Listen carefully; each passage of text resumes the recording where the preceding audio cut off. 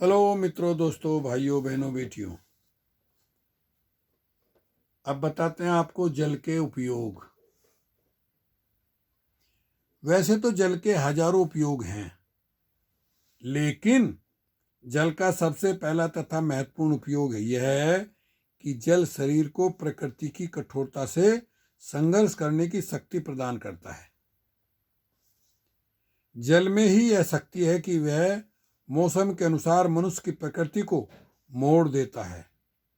उदाहरण के लिए गर्मी का जल गर्म होता है, सर्दी का जल ठंडा होता है, पहाड़ों पर यही जमकर बर्फ बन जाता है, परंतु यही जल मनुष्य को किसी भी ऋतु में हानि नहीं पहुंचाता।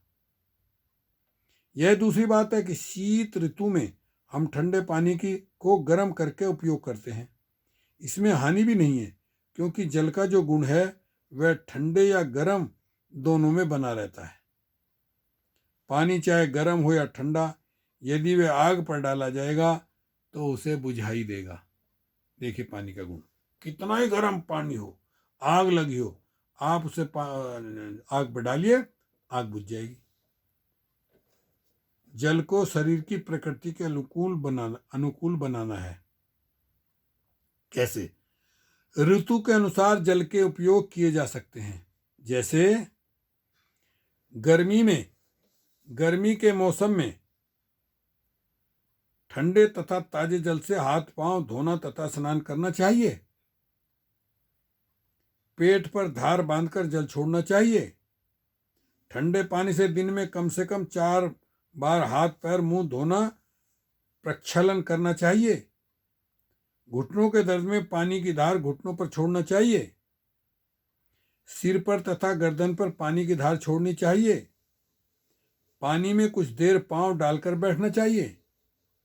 यदि आप पर्वत पर रहते हैं तो बर्फ पर कुछ देर नंगे पांव चलना चाहिए। यदि जाड़े के दिन हैं तो पानी को गर्म करके उपयुक्त सभी क्रियाएं की जा सकती हैं। जल का सदुपयोग व्यक्ति को आजीवन स्वस्थ तथा निरोग रखता है। गर्मी के मौसम में प्रातःकाल सूर्योदय से पूर्व स्नान करें। यदि सुबह को टहलने की आदत है तो टहलने के आधा घंटा बाद स्नान की क्रिया करें। स्नान करते समय सबसे पहले जल से कुल्ला करें, उसके बाद आंखों पर पानी के छींटे लगाएं। अब सिर पर जल डालकर स्नान करना आरंभ करें। सबसे पहले सिर भिगोने से शरीर की गर्मी पैरों के द्वारा बाहर निकल जाती है।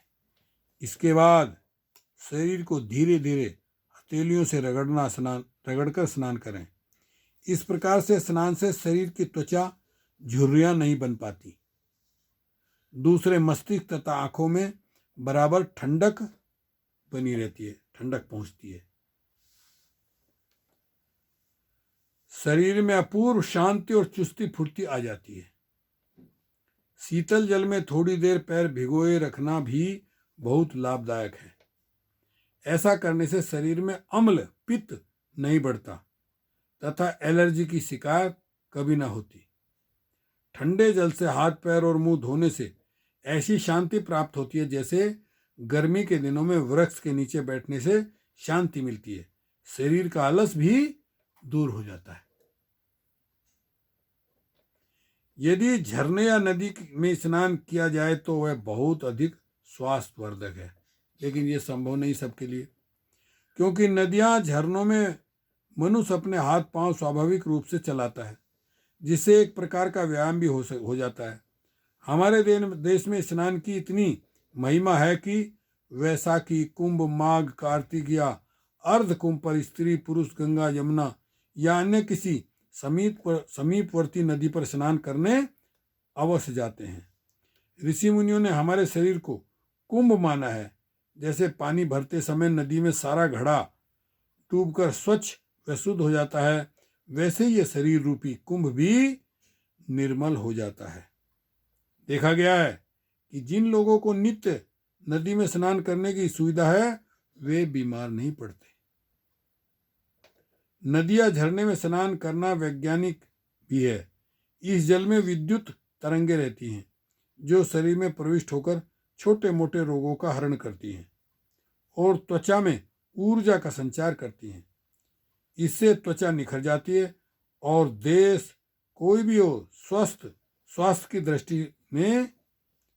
दृष्टि से नदी में स्नान का महत्व अति उत्तम है। चलिए, वीडियो लंबी हो जाएगी, इसलिए यहीं रोकते हैं और बाकी बातें अगली वीडियो में रखेंगे। ओके, शुक्रिया, धन्यवाद। चलो फिर मिलेंगे, मिलते रहेंगे।